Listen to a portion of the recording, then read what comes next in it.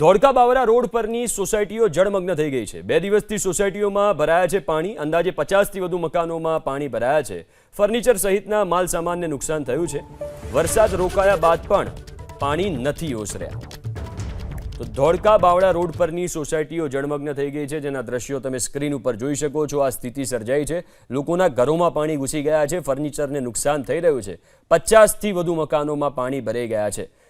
Furniture સહિતના માલ સામાનને ભારે નુકસાન થયું છે। વરસાદ રોકાઈ ગયો છે પણ પાણી નથી ઓસર્યા।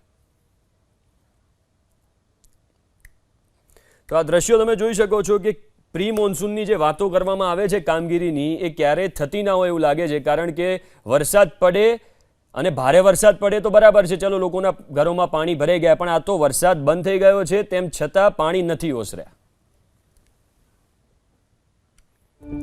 અમદાવાદ ગ્રામ્યમાં પાણી ભરાવાને લઈને કલેક્ટરનું નિવેદન। મોટા ભાગના ગામોમાં પાણી ઓસરી ગયા છે। કલેક્ટરે આ નિવેદન આપ્યું છે। જેટલા ગામોમાં પાણી ભરાયેલા છે ત્યાં ટીમ હાજર હોવાની તેમણે વાત કરી। સાથે કહ્યું કે ઉપરવાસમાં પાણીની આવકથી પાણી ભરાયા છે।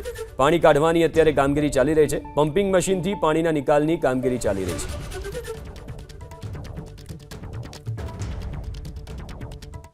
આપણા જિલ્લામાં જુદા જુદા તાલુકાઓ અને ગ્રામ્ય અને શહેરી વિસ્તારમાં ભારે વરસાદ થયા છે અને એના લીધે અમુક જગ્યાઓમાં ટેમ્પરરી લેવલે પણ પાણી ભરાવની સમસ્યા બની હતી અને આપણા તંત્ર, પ્રાંત અધિકારીથી માંડીને મામલેદારશ્રી અને તાલુકા વિકાસ અધિકારી અને નગરપાલિકા વિસ્તારોમાં ચીફ ઓફિસર બધા સ્થળ પર ખડે પગે ઊભા રહીને પાણી નિકાલ માટે સતત પ્રયાસરત રહ્યા છે અને ઘણી બધી જગ્યા પાણી કાઢી પણ નાખ્યા છે અને હજુ પણ અમુક જગ્યાઓ પર પાણી ભરાવેલા છે।